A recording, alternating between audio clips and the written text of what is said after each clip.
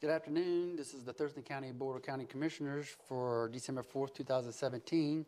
Today we are convening in order to hear a public hearing on the 2018 midterm budget and adjustment.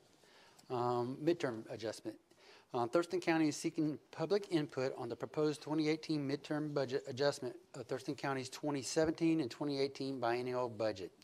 So today we have the sign-in sheet for all those who wish to testify and come to the podium, and I'll go through the House rules on that. You'll have 3 minutes, and when we have the clock up there to my left, on your right, and you kind of just state where your name and where you're from, and then we'll hear your testimony in terms of the midterm budget. With that in mind, I'll start off by having Robin Campbell, who is our budget officer and assistant county manager, provide some staff work behind us and give us an overview, and then we may have some questions, and we'll take it from there. How you doing, Robin? Thank you very much, Commissioners. So good evening, and my name again is Robin Campbell. I am the Thurston County Assistant County Manager and the Budget Manager for the county, and this sounds really loud, but so this evening we're going to review at a very high level the budget amendments. This is the first year that Thurston County has been in a biennial budget, and the law requires an opportunity to make midterm adjustments. The process is somewhat like the regular budget process, without as many opportunities, if you will, in the midterm adjustment. So tonight we'll look at, as I said, a high-level overview of the adjustment. The board will deliberate and make final decisions on the morning of Wednesday, December 6th, and then you'll actually pass the budget on December 12th, or if that's your pleasure, you'll pass the budget on December 12th. So that's kind of a high level, and so we'll just jump right in. So this is the overview. Revenue in the general fund is approximately $95.3 million, and expenditures are budgeted at $103.5 million. And then all the other types of funds are listed for a grand total of revenue of $286 million and expenditures of $326 million. Now that's quite a gap. In most of these funds, special revenue, enterprise funds, the internal service funds, those are designed to spend down fund balance, and we accumulate revenue into the funds with projects in mind. But in the general fund, having such a large gap between expenditures and revenues is not a sustainable thing.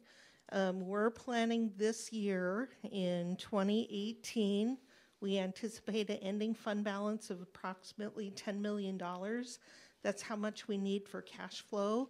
But because this is a midterm adjustment, we didn't want to do any big policy changes for now. What this is kind of a hold the line budget.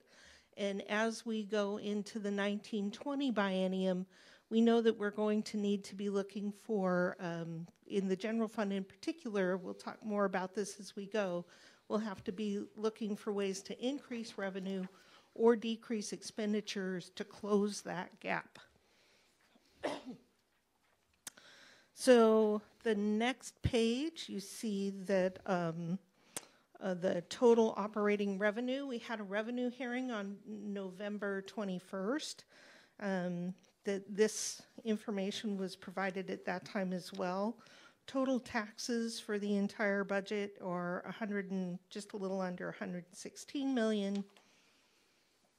Charges for goods and services are about $82 million. Operating transfers are a little over $29 million. Intergovernmental revenues, $26 million. Other types of revenue, about $21 million. For total operating revenue of $273.6, and operating expenditures again at $294 million overall. This is just a little fact. When we talk about revenues, there's a whole lot of concern about federal grants and grant sources. But when we look, we see that only 2% in 2016, only 2% of the revenue into the county in all funds came from the federal government. That's only about $6 million out of a $277 million budget. And we're anticipating with upcoming federal budgets that this amount is going to go down. But it's not a big part of the revenue that we receive. When we look at property tax, property tax is the #1 revenue source. But even in property taxes, only 10 cents on the dollar comes to the general fund. And that amount is divided and shared, if you will, with public health and with the Veterans Fund. So a small part goes to each of those funds. The road fund receives 6 cents on the dollar. The Medic One Fund, 3 cents on the dollar. And Conservation Futures is 3 cents on every $10 of property tax. In the general fund, revenue is just under $60 million from taxes. That includes property taxes, sales taxes. Those are the major sources. And that makes up about 63% of our budget. And then the other types of revenues right down the line. Total operating revenue in the general fund is estimated at $95.3 million, and again, operating expenditures of $103. So that's something that we're going to need to work on. In the general fund expenditures, the types of things we pay for out of the general fund, the biggest expense is law and justice. This is both civil and criminal.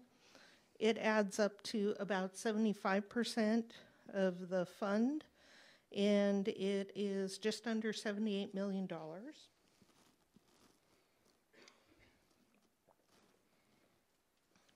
General government is $11.5 million. Those are things like the treasurer, the assessor, the auditor. Legislative, that's the Board of County Commissioners, and this includes both the Commissioner's Office and non-departmental that is spent county-wide. That's $8 million. Economic Vitality, $2.5 million. That includes planning. And internal services, $2 million. That's like human resources. Then Health and Human Services is a very small part of the general fund. It's $1.5 million. When you look at the general fund budget, you see that over time, this graph goes back to 2007. When we do the forecast, I always put in we're not going to spend it all factor, if you will.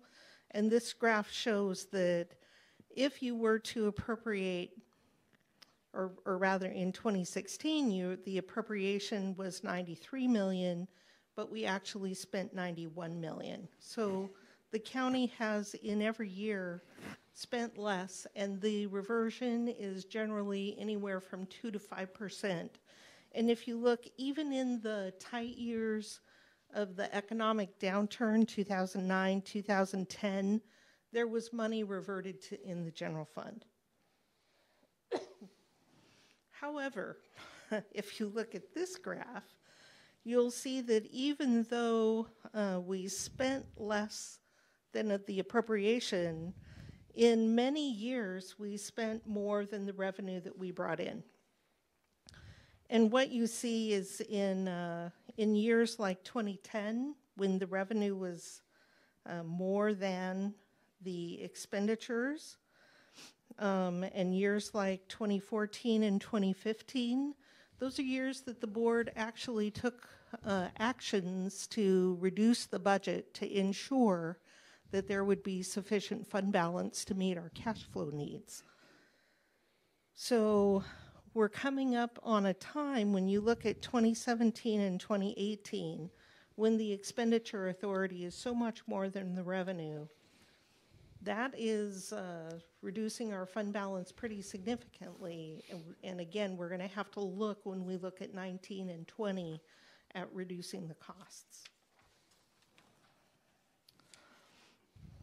The print on this is hard to see no matter if you have it on the screen or in your hand, so I apologize for the small print. But this is the general fund workforce. And basically what it shows is that overall in the general fund, just before the recession hit, the workforce in the general fund was about 612 FTEs. And now in 2018, it's going to be 642 FTEs if the board approves this budget, so very little growth. And that growth is pretty recent. Even in 2016, there were only 605 FTEs. So we've added FTEs in 2017 to meet some of the needs of the county, but when you look at the population graph on the next page, what you see is that in the general fund, you see county population growing, that's the blue bars, and the red line is general fund workforce, and what you see is that we are just barely keeping up with population growth.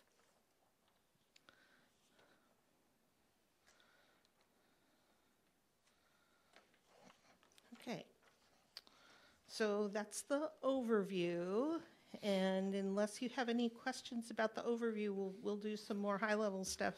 I'm going to go into just a very brief information about each individual office and department. Commissioner Edwards had a question.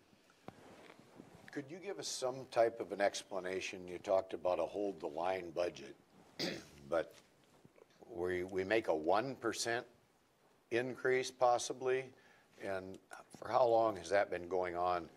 And the cost of living is going up by 2 or 3%? So our taxes are capped, and I think that that's what you're referring to.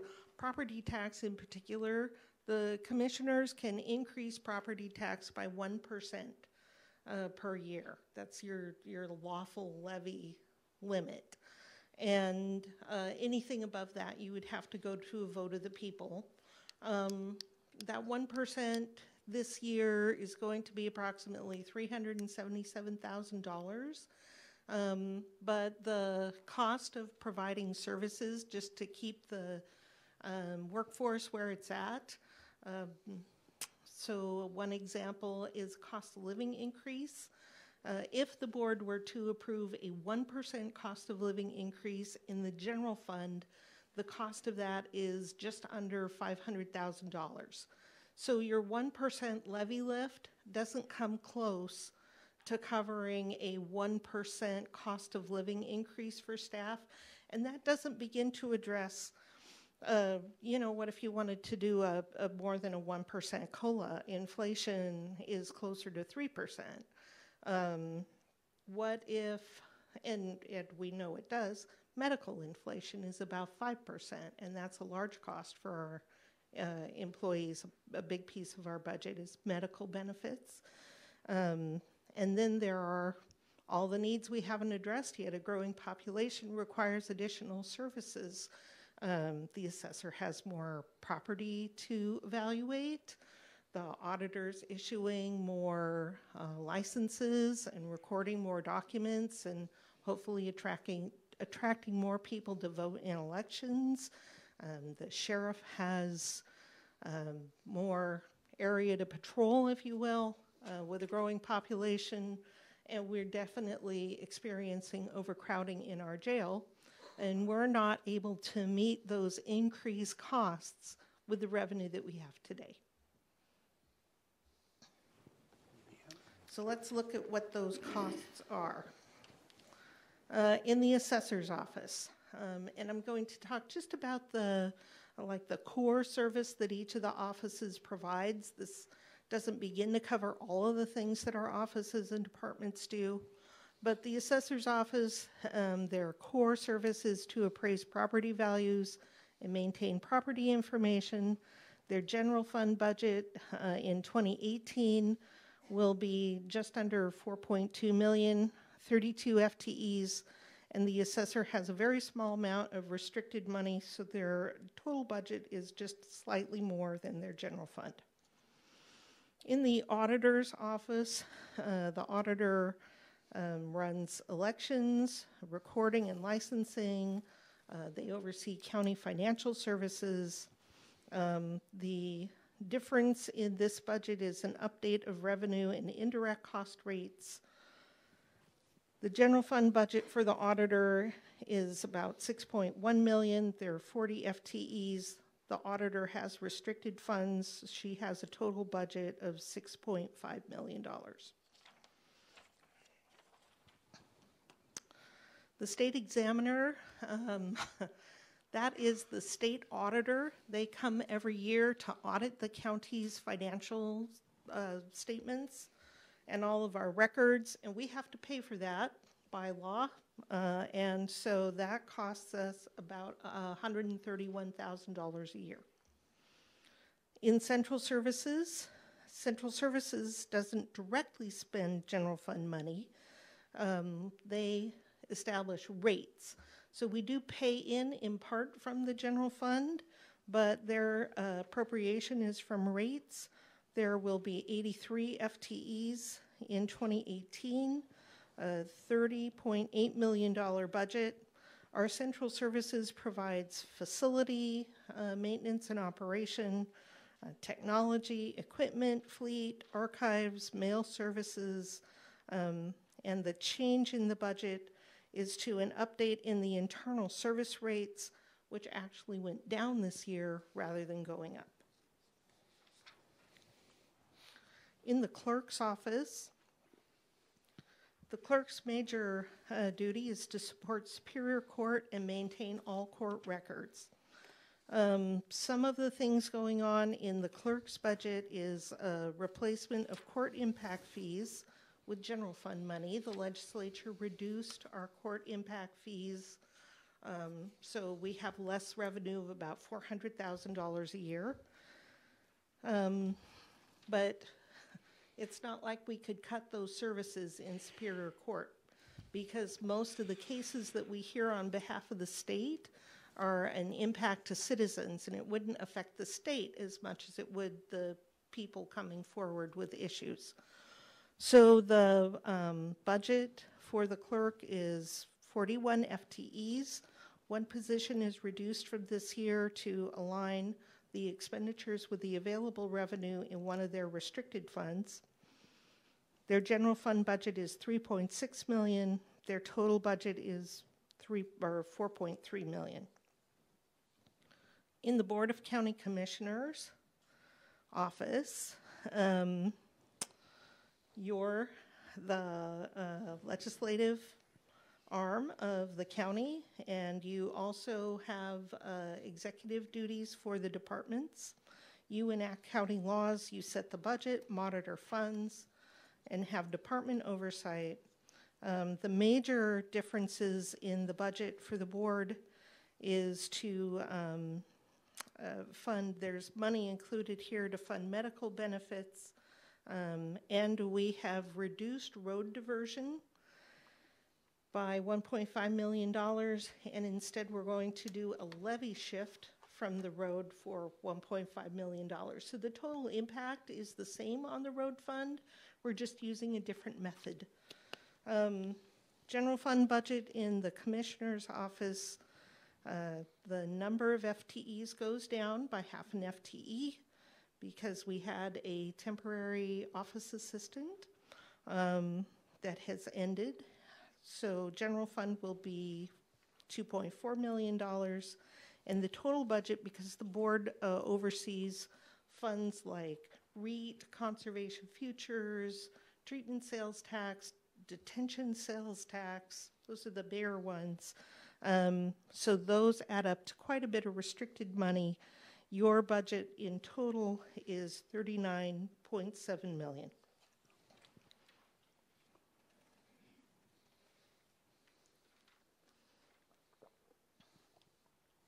Non-departmental is also part of the commissioner's office.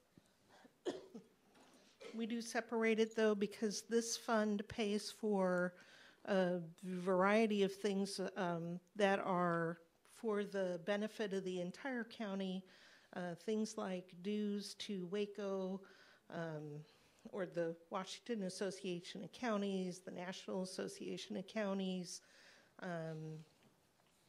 let's see, TRPC is the Transportation and Regional Planning Commission, Thurston Regional Planning, thank you. So things like that, all of the associations that the county is a member of. Then we also, for any office space like the old jail that is unoccupied, non-departmental pays the warm closure costs, if you will. There are quite a few things. We've also put money in this budget that will cover the costs of any changes in collective bargaining agreements. So the 2018 proposed budget for non-departmental is $5.9 million. The restricted fund there is for the construction of the addition to the jail. So you see a total budget of $6.6 million. The coroner's office. So the coroner's duty, of course, is to investigate, review, and investigate deaths that occur in our county. We are proposing to add a half an FTE for a deputy coroner. That will reduce the delays when the coroner is called. It gives his staff just a little more coverage. They are thinly staffed for 24/7 operation. So you see a half an FTE increase in 2018 to 7 FTEs for a budget of $1.2 million. It's 100% general fund. District Court also paid entirely out of the general fund. The court hears misdemeanor, traffic, small and civil claim cases. They run the mental health and the veterans courts. There's an authorized increase of a half an FTE within existing funding, which means they'll absorb that cost. That's why you don't see the FTEs go up. The general fund increases to $3.8 million, and again, that's all of their budget. It's completely out of the general fund. Emergency services supports Medic 1 and prepares the county for disasters of any kind, both natural and man-made. They maintain life-saving equipment. We have added a fiscal manager to this budget. There are 17 FTEs. The general fund increases to $1.5 million. The total budget includes Medic 1. That's paid for with property taxes. So their total budget is $19.4 million.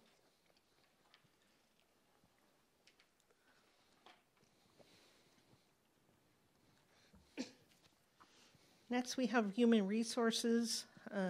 These are services provided to county offices and departments. It's an internal service fund.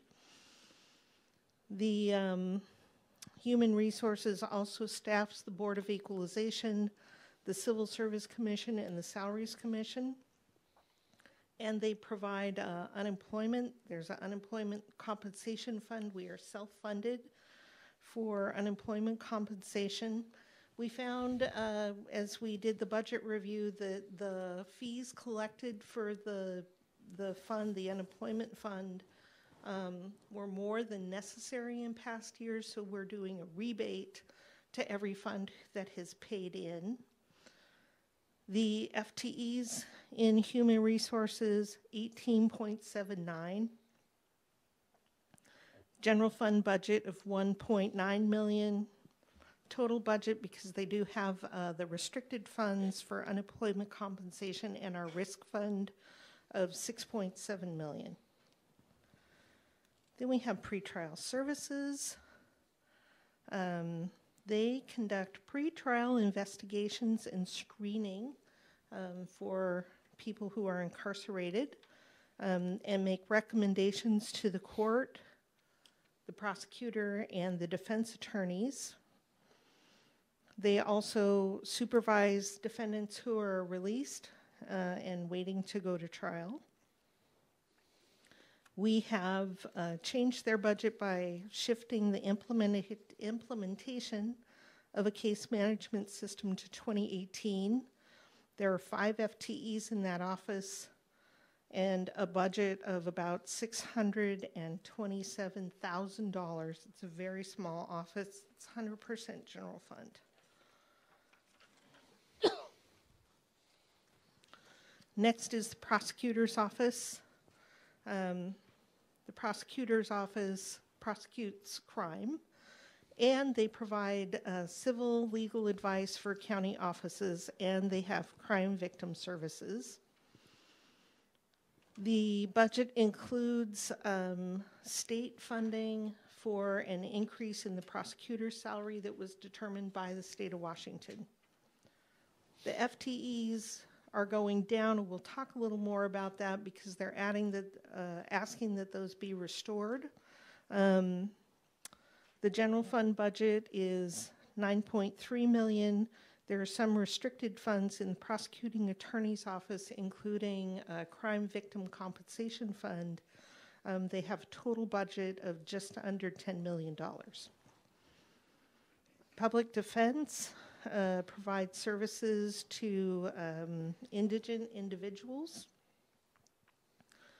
We are making changes in the public defense budget by shifting funding from contractors to in-house attorneys. That should give the county greater control over this budget. What we've seen in past years is the panel attorney costs and the investigator costs have grown substantially, especially at the end of the year. We get some surprises. This should allow us better control. So it adds funding for panel attorneys and investigators to pay better rates for those that we do keep. And we're adding a finance staff for that office. The FTEs increased to 37. The general fund is $6.4 million. Their budget is entirely paid from the general fund. The public health budget, we have 2 parts of that department. Public health is responsible for environmental health. That includes food, water, disease control, and prevention. We're adding resources for the Nurse-Family Partnership Program. There's an epidemiologist position being added and a child family wellness manager, and we're increasing a public health assistant from half an FTE to a full FTE. So you don't see a jump in the FTEs. Okay. I see. It's because they were added in 2017, not 2018. There is general fund transferred to public health, but their appropriations are paid out of the general health or the public health fund. So they have a budget of $12.3 million for public health. Social services.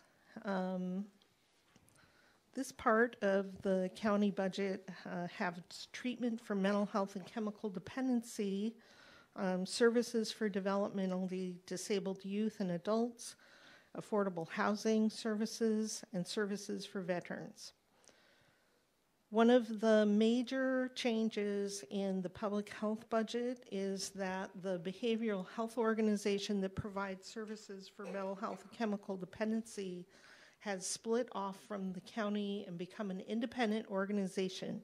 So you see a big drop in the social services budget. And what remains is mainly the services for the developmentally disabled youth and adults. We do have a contract increase, but it gets kind of lost because of the big decrease. There's just under 11 FTEs for a budget from the social service fund of just under $12 million. In the Public Works provides road and transportation work. They have a solid waste division. There's a noxious weeds unit. Lake management districts are supported by Public Works. The county owns utilities, and we also maintain our parks and trails out of Public Works. The budget for 2018 increases rates for the lake districts and the utilities, and we update the capital improvement projects for Public Works in this budget. There is just under 182 FTEs in Public Works for a budget of about $82.7 million. And there is no general fund at all in Public Works and no transfer, from the general fund. Resource stewardship. Resource stewardship provides land use regulations, development and construction permits, compliance with federal regulations, for stormwater standards. They also house the WSU Extension Program and the County Fair and Fairgrounds. The Permit Center in Resource Stewardship is seeing a whole lot more traffic with the increase in construction. Bless you. Staff are being added to the Permit Center to handle volume and address customer needs in a timely fashion. That's mainly to handle the increase in construction. And we are also adding a general fund transfer to support the fair. The general fund budget you see here is for WSU Extension. There are 65.7 FTEs. General fund budget of $518,000 and a total budget, because this is mainly paid out of restricted funds, of just under $16 million. The planning department is part of resource stewardship, but we kept the department budget separate so that we could monitor it on its own. They write the county land use code in the planning department. You see that the FTEs dropped from 16 to 13. We'll address those toward the end of this presentation. And the general fund is decreased to just under $2 million, and again, we'll come back to that one. Planning is paid 100% out of the general fund. The sheriff's corrections budget, they operate the adult jail and alternative programs for incarcerated individuals. Resources are added in this budget for the growing cost of medical services, contract housing, overtime, and support of the True Blood grant.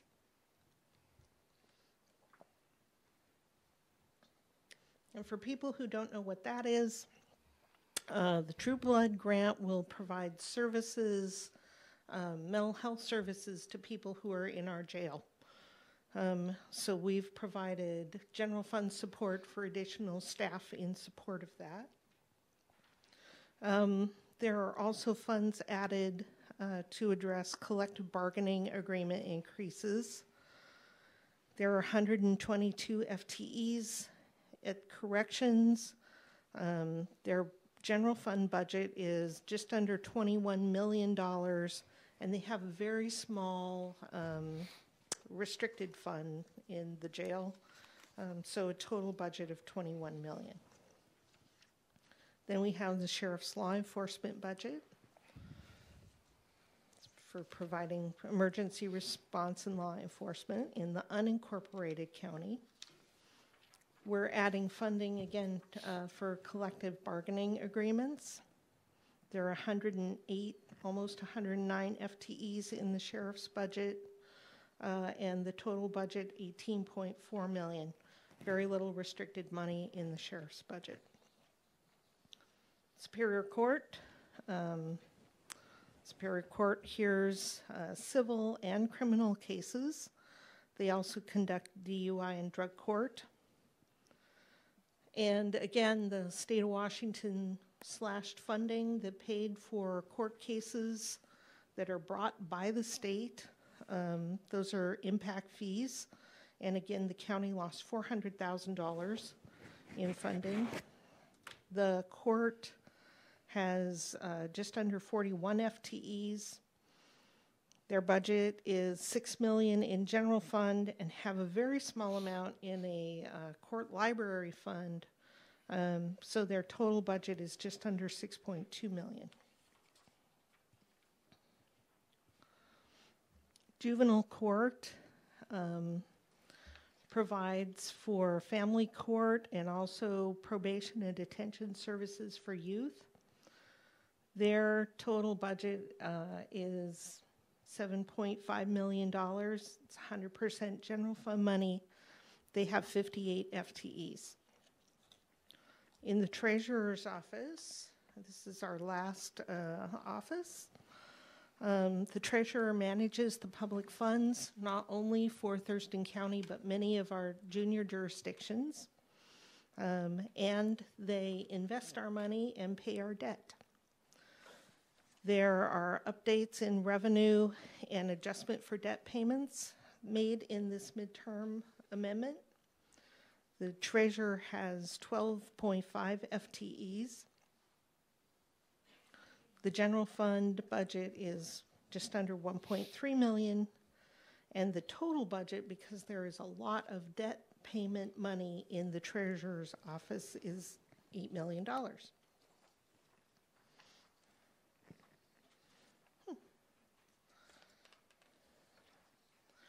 Okay.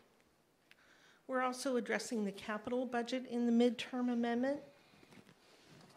The board has held a hearing, I believe in September. A public hearing was held on the capital facilities plan. It's a comprehensive 6-year plan for all of the capital projects that the county proposes doing over the course of the next 6 years. If there is a capital project the county wants to do, it must be in the capital facilities plan or we can't do it by state law. So we are making adjustments in the capital budget. And you see here the total expenditures. Capital projects are in central services, the commissioner's funds, public works, and resource stewardship. And we're planning a grand total of $32.3 million in capital projects next year.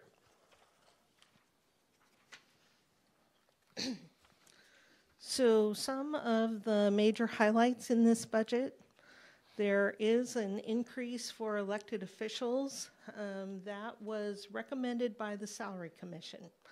And the Salary Commission is part of state law, and the commission sets the Board of County Commissioners' budget, or not your budget, your salaries. The Salary Commission sets your salaries.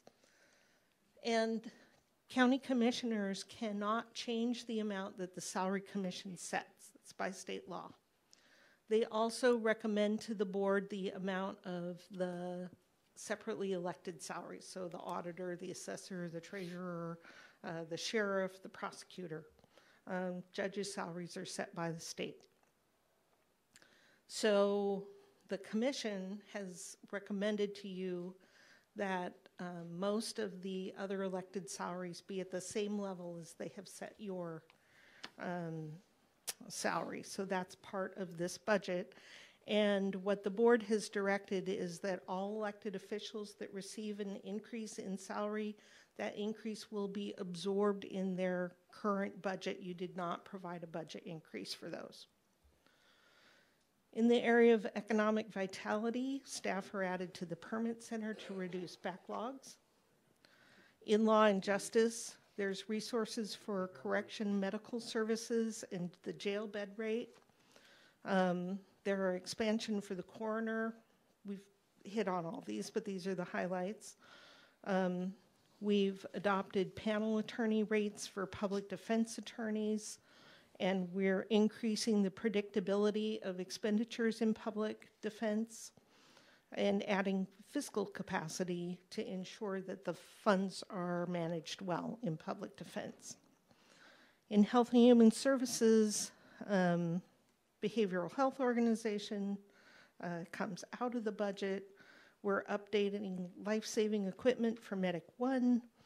There's fiscal capacity for emergency services. And we are expanding our nurse-family partnership program to be a regional nurse network. Some of the challenges, as I've talked about, is the limitation on revenues and the fact that revenue is not keeping pace with our expenditures. The legislature has reduced the amount of money coming to the county, not increased it. Federal grants are going down, and we have limitations on our revenue growth, especially in property tax, our major source of funds. We had to cut the budget off at some point to put it out for publication. So there are a short list of items that came forward after the budget went to print, and this is the list that we will be asking you to consider on Wednesday. The prosecutor's office has received a STOP grant. They are asking for that funding to be added to the budget and to extend an end date that is attached to that grant.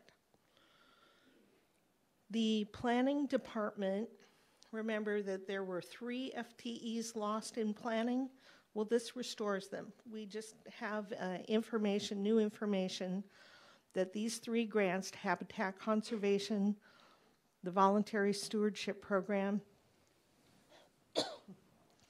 and the Puget Sound Partnership grant have all been extended, and they will support those FTEs. All 3 FTEs have end dates. They're asking that the end dates be extended. Corrections has come forward with the potential for overspending their budget this year due to the population. The overrun costs are overtime expenses for the additional units that we need and also the contract beds. So we are recommending an increase in the corrections budget of an additional $225,000, and that can be paid for out of detention sales tax. The prosecuting attorney has come forward. They have a DUI grant, and we're still trying to figure out the finer points of that, so we'll talk about that on Wednesday. And then Nurse Family Partnership had recommended to you 4 FTEs for their regional nurse network, but there's only funding available for 3.5 FTEs. So there's not quite as much as we thought there would be, so we want to make that adjustment as well. This evening, I'm about finished. This evening, we'll invite public testimony. Staff will take questions, and then we're not going to respond to questions on the spot. We're just going to record them and get back to people to move them through as quickly as possible. And then we're recommending that you close the hearing after the last person has been heard. Again, budget work session on Wednesday, final adoption on the 12th. Our budget book is available. We have a brand new, I'm so excited, for the brand new Citizen Budget Guide that we've just put together. That's available tonight. The big, fat, hard-to-read budget book is also available. We can have copies for people who need it. It's online. And then any other information, people are welcome to contact any of us in the office. And then I just want to wrap up here. I do have one public comment that we've received. So just to read it into the record, we received an email from Steve Tilley, who is thanking the board for including funding to implement some of the recommendations from the felony caseload and calendaring study in Superior Court. In particular, Mr. Tilley appreciates the budget flexibility in the Office of Public Defense. So that is the one comment that I've received so far. And I would conclude just by saying how very much I appreciate the staff in the budget office. We have Denise, Teresa, Michelle. Mark had to go to class tonight, so he's not here with us. But they've done a ton of work to pull this together, and then all of the fiscal and management staff across the county have done an amazing job, and I really appreciate them and the time that the board has spent on this budget. All right, thank you very much, Robin. It's very thorough and very thoughtful. We have some questions for you. Yep, and so I'll let Commissioner Edwards go first.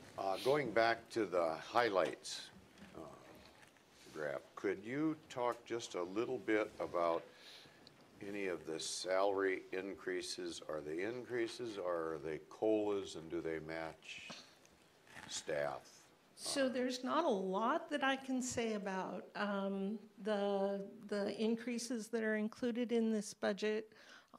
We have not concluded collective bargaining agreements yet. So there's not a lot we can say out of executive session.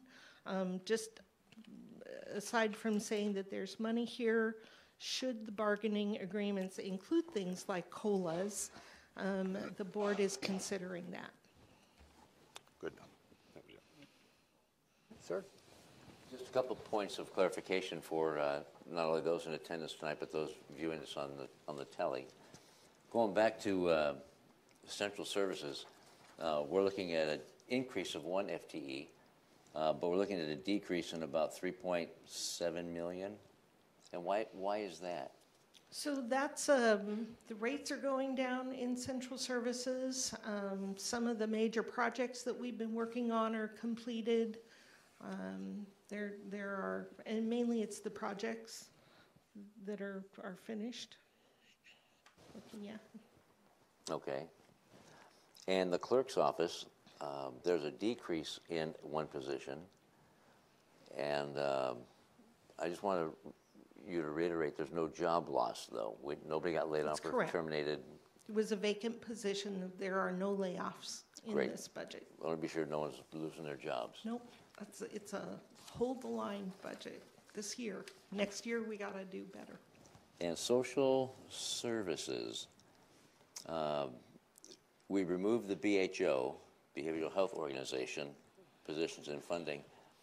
Can you tell us how many FTEs that equates to, and roughly, and the amount of money that equents to? No, I can't. Okay, I got one. Yeah, you got me. Something like $35 million went with the BHO, and I want to say that there were around 40 to 50 FTEs, not that many. 28, 30? 28. 30, about 30. Yeah. Okay, I just wanted everybody to realize that. Must not have hired the rest yet. And Right, we hadn't hired the doctors yet. Right. oh, we already addressed that with Superior Court with the loss of the impact fees. And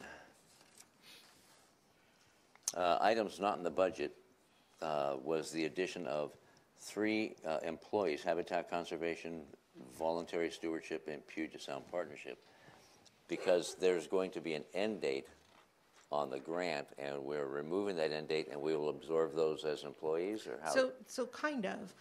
So the positions were established with end dates when the grant was expected to end, but the work's not done yet, and the grantors have approved, all 3 of these grantors have approved extending the time we have to work on those. So the proposal is to add the revenue to the budget for the grants and extend the positions along with the grants. So 3 FTEs. Is there a new end date then? We're proposing 2 of the end dates will be extended to December 31st of 2018, and I think the third goes to July of 2019. Okay. And then finally, on the corrections, increased costs due to population of 225,000. And I read in the paper that Lewis County is increasing their bed rental. Is that? That's And I don't know if part of that's for our cost. 2018 or is that 2019? Is that 2018? I think that's part of 2018, and that's part of the costs. Our costs are included. going up because we do put a number of our inmates, the contract beds are in Lewis County. Got it. Thank It's you. one Just of the wanted to counties Be that sure we contract people know that. Those are controls outside of our control. Right. All right. Thank you, Robin. Thank you, staff. All right, thank you so much, Robin. Okay, thank you. All right, we're at the juncture where the public has the opportunity to come to the podium and address the board, and I'll open up the public portion of that. And so there, you see on the clock here is 3 minutes, and it'll count down to 0. And as it gets to 0, you'll hear this kind of sound that kind of cuts you off. But if you're mid-thought, midstream of your thought, what have you, I'll allow you to keep going and just kind of help you pace your way out of it. But I want you to be able to finish your thought. So, but we're at 3 minutes, and you cannot yield your 3 minutes to any other person. So when you come to the podium, I ask you to just kind of state your name and generally where you're from in the county for the record. And so I'll start with those who signed in first come, first serve. And I have 2 sheets here. And I'll start with, I think, Mr. John Newman. Is he still here? Yeah, he's sir. How you doing there? Come on up to the podium. Good evening, Commissioners. Can you just raise the mic just a tad? Okay, There you go. Oh, that's a tree. No, you're good. it's still on. Okay. Thank you so much. Go ahead. You have the floor. My name is John Newman. I live in West Olympia, north of Harrison. In addressing the preliminary budget issues of 2018, I have 3 points to make tonight. I wanted to mention that, property values are up, which gives the county, a little more money, which, are going to go for salary increases and other issues. But I wanted to mention the standard cost of living allowance increase across the board isn't really needed for, 100% of the employees and elected officials. For example, health care increases for a 60-year-old man that makes $100,000 a year is the same for a 60-year-old man that makes $50,000 a year. Therefore, the COLA increases should be at a graduated amount, or another way would be that we should only allow COLA increases on the first $50,000 of salary, and then you would have a much more equitable increase for all county employees. The third point, the second point, sorry. On page 84, for the 2018 goals, item number 4, we have listed preserve and enhance our physical environment through the adoption of policies and codes on land use and zoning and sustainability. We need the Habitat Conservation Fund. We don't need to appropriate the Conservation Farmland Futures money, which is only 3 cents per dollar of expenditures. We need to preserve the beautiful county farmlands we see, such as represented in the picture behind me here. So those are my comments. Thank you. Yeah, thank you so much for your words there, sir. So the next person I have on my list is Esther Cronenberg. Hi, Esther. How are you? There you go. Go ahead. You have the floor. Okay. Esther Cronenberg. Okay. Having attended your budget work sessions you held on October 11th, I realized what a complicated system you need to manage, and I set about learning more about it from people who have worked in government accounting in the past. Several of us in the League of Women Voters have been discussing the budget process in the light of league positions. One, that any regional government structure must have a legally assured base of revenue, and 2, that training and quality of personnel, adequate budgets, and staff should be a concern at both state and local levels. It appears the county staff has identified areas of concern with the accounting for expenditures within the budget that need clarification, and I applaud their efforts in making these changes to help clarify how our taxpayer money is spent.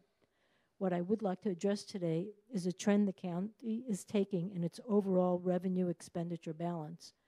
The fund balance from 2015 to the present has dropped from 15.5% of expenditures to only 5%. It appears the county is spending down its reserve fund, a practice that is unsustainable, as Robin so clearly showed. Reliable sources tell me the county should have 2 to 3 months of reserve funds, which translates to 9 to 10 million. I've heard Commissioner Blake voice concern the county is spending out more than it receives several times during various meetings, so I know you're acutely aware of this problem. I've also heard Commissioner Blake and others say that issuing more building permits and increasing commercial development in the county and the rural areas is one answer to this budget problem. Theoretically, more buildings and businesses mean more revenue for the county. In the short term, the county will get some money for development and impact fees and will get some increase in taxes for the longer term. But it's much more likely that the services that need to be provided for developments in new areas with little infrastructure, the added maintenance, roads, police, and fire service, will not add to the county's coffers in the long term. What we will have is a short-term fix that results in the degradation of areas that make our county sustainable, beautiful, and unique. The county can only raise property taxes 1% a year, yet we know that costs are increasing by many more percentage points. You are facing an intractable problem that needs serious long-term planning. Going along on a year or biennial basis is not effective management and doesn't protect the county from unforeseen circumstances, including natural disasters that may catch us unprepared.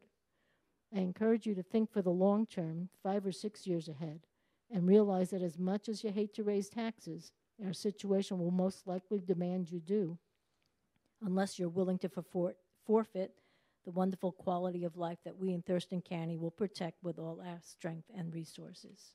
Thanks. Thank you so much. And I have a special request. Esther, can I have your comments to the county manager when we're said and done here? Yeah, okay. Thank you. So the next person I have on the list is Paula Holroyd.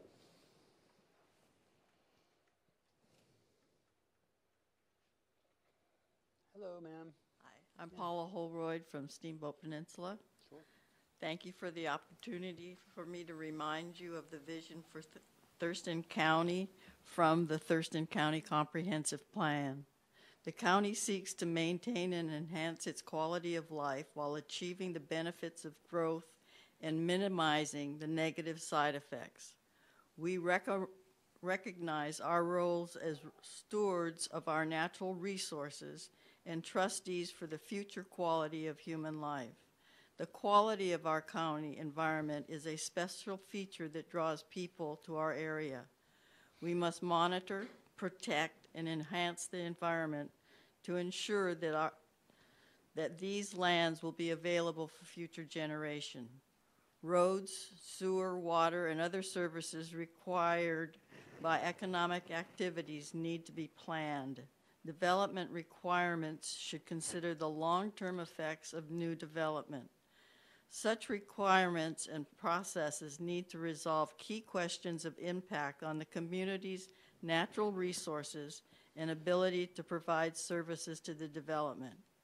Effective management of growth can protect the variety of living styles in the county, keep service costs to a minimum, and preserve the natural environment.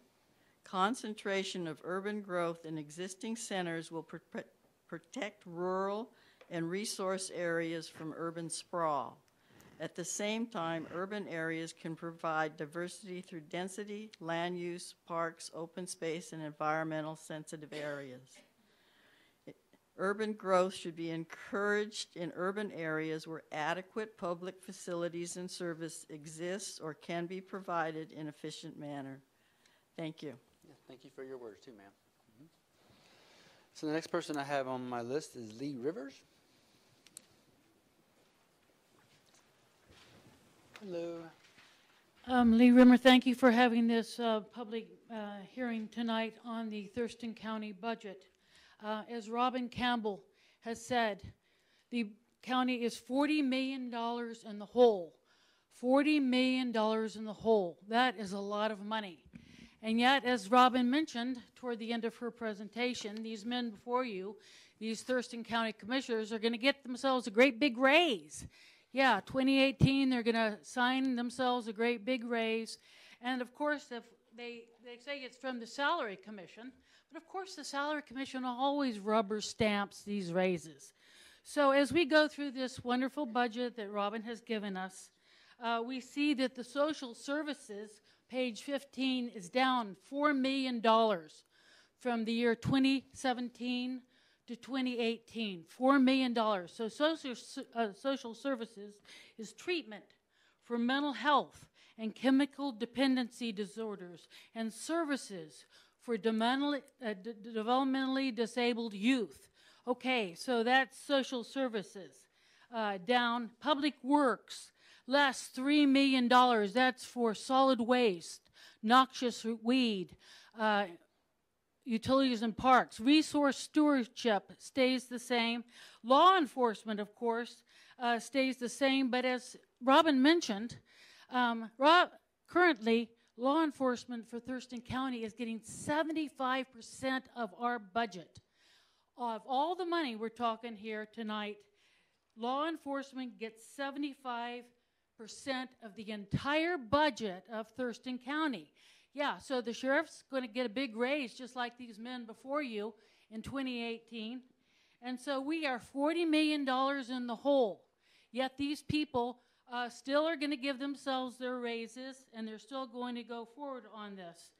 It's interesting, and they have a list of things that they have done this past year, including expanding transparency by live streaming commissioner public meetings. Of course, when they turn on these cameras, they just rubber stamp everything they did before. You should hear the comments they're making in the meetings before they turn on these cameras. You would be quite surprised.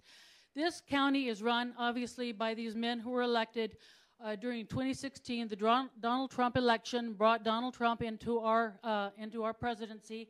These men came along behind Donald Trump. And yes, they're supporting law enforcement. 75% of this budget goes to law enforcement. They're going to have a great big extension to the jail built. And all these other programs are going to be cut.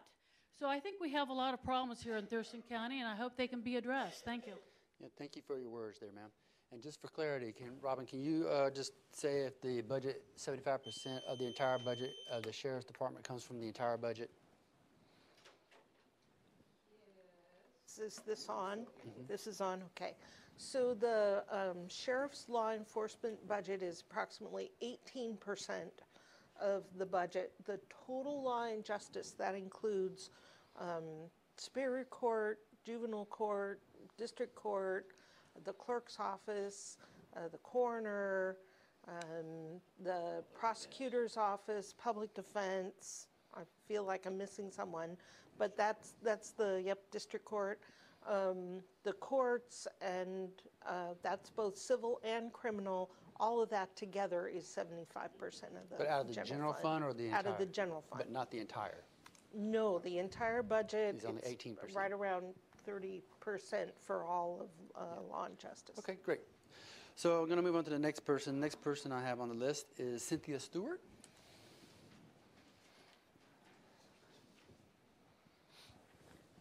Thank you for the opportunity to speak. I'm Cynthia Stewart. I'm from the unincorporated urban growth area of the city of Olympia. And I'm going to add something to my comment that I didn't come prepared to talk about, and that is that the law, safety, and justice proportion of the general fund is about almost 75%. And I want to add to that is very typical of most counties and most cities in the state of Washington. So that is not unusual, and I personally would appreciate a little more police coverage in my area, so I can't complain about that. What I do have a major concern about, however, is the contrast between the revenues coming in and the expenditures going out. Not only is there a very large gap, but when we're talking about the fund balance, page 308 in the budget shows very strange pattern of fund balances. So we don't really know as the public what the fund balance numbers are we're talking about. So is it $6 million at the end of 2017, or is it $13 million at the beginning of 2018? Did you start 2017 with $9 million or with $15 million? This is very confusing. The other thing that hasn't been mentioned that I heard discussed and is reflected in the budget, heard discussed in your commissioner's work session, is $1.9 million being transferred from the Unemployment Reserve Fund in HR as part of bailing out the general fund. I'm personally not necessarily uncomfortable with that, but I think transparency is needed here. It's very vague, very confusing, and nobody really knows what you're doing.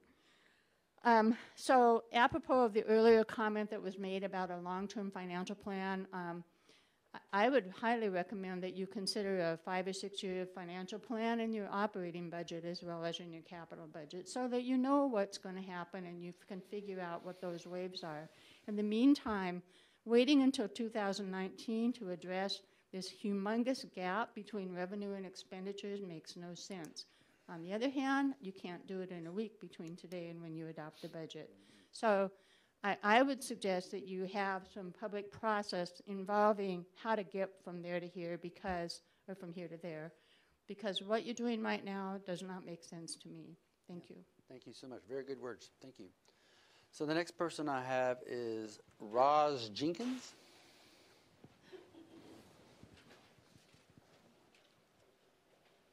Hello. Hello, my name is Rosalind Jenkins, Oh, and I'm sorry. thank you very much for allowing me to address you.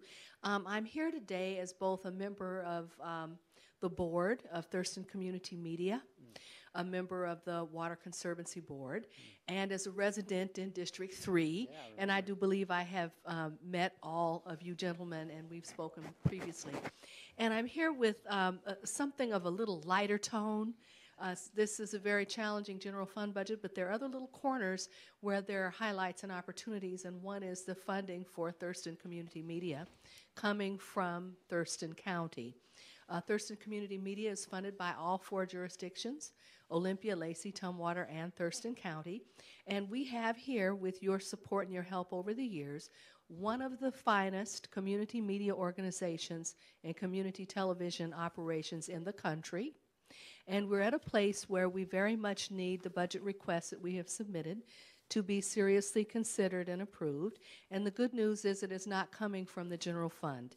It's coming from resources collected by Comcast that are very different and unique, and do hope that you will look favorably on our request. It's important because we, like you, are facing some unusual budget artifacts and costs of living adjustments and increases in healthcare costs and other expenses.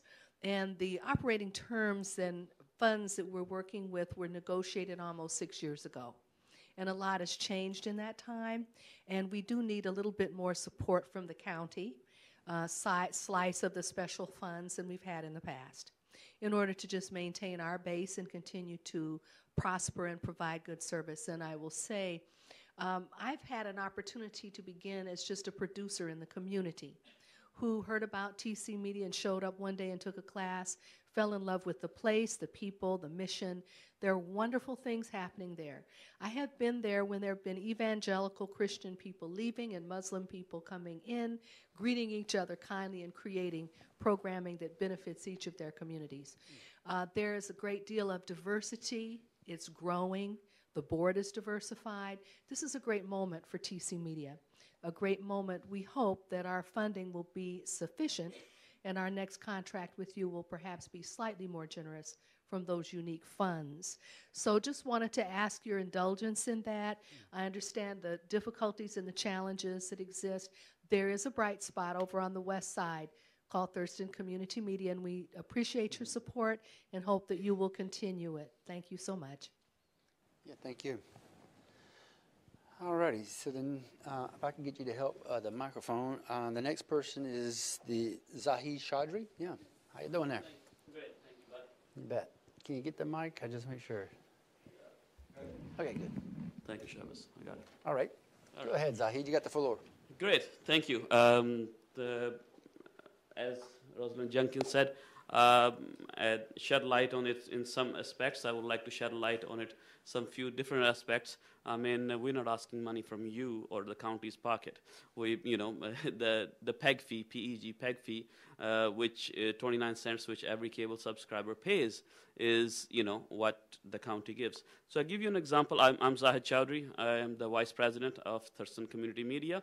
And as each one of you know, have been on my set, Veterans Hour and other programming that I do.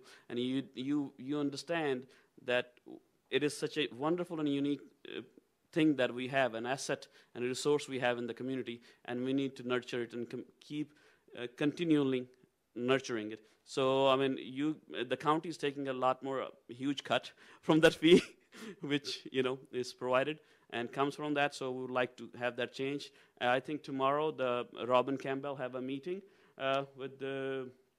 so our staff will meet your staff, and hopefully that will be a cordial and equitable and fair. Reason being, we have kids. We train our own talent, our own children and grandchildren of this community for future career in media on a very young level, and youth and all, and they pay their way. So if the kids are doing their summer classes, whether it be $20, $40, they pay what it costs us. We don't want to make profit, but we'll charge them what it costs us to do that programming or to do that training. Thurston Thurston County is not paying what we do for you. I just want to shed light on that. I mean, the city of Lacey, city of Olympia, city of Tumwater, you know, they pay better, and they pay close to what it costs us to provide them services. But Thurston Community Media is not getting just the fair amount from Thurston County, you know, what it costs us to provide you all the services here, this room next door, and all this. I mean, we are subsidizing, you know, Thurston County. So I think it's about time that we become a little bit more fair and equitable. So that's what I want to, you to look at it, that Thurston County is paying us less than what it costs us to provide all the services to you. Thank you so very much for your time. Thank you for your words, sir. All righty, that concludes. Well, is there anybody in the audience, by show of hands, that would like to? I got all three. Okay. Yep. There's a person that hit the no button, but I'd let them volunteer themselves. If there's somebody in the audience wishes to come to the microphone and speak to the board, please do so by show me you raise a hand, and I'll bring you forward. And no. Okay, great. So is there any questions of anything to the staff or anything you heard you might need a comment or question on? I do have one thing. Sure. On Thurston Community Media, we've probably had a work session on everything else that was in the budget tonight, but I don't recall having a work session on what's been talked about here. Is that on PEG money? Mm-hmm. As far as this upgrade in the amount, and is it per month, 30-some cents a month, or per hookup, per year?